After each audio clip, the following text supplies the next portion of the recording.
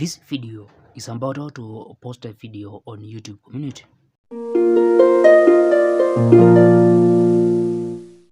Now, you can only post a video on YouTube community through desktop, and on your channel, you need to go to community, then tap video. And as you can see, you can only post an existing YouTube video on the community, and you can just search for the video, use URL to find the video, or use your own video.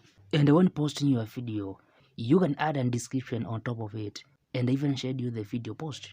And after posting your video, you can still edit it, add comments, and also share it. And like on other YouTube sections, you can still add the video to queue or save it to watch it later or to playlist. And to delete your video post, you need to tap these three dots and then go on it to delete your post. Now, if you find this video helpful, like it, and if you want to grow and succeed on YouTube and the other social media platforms, ensure you subscribe to this channel for more videos.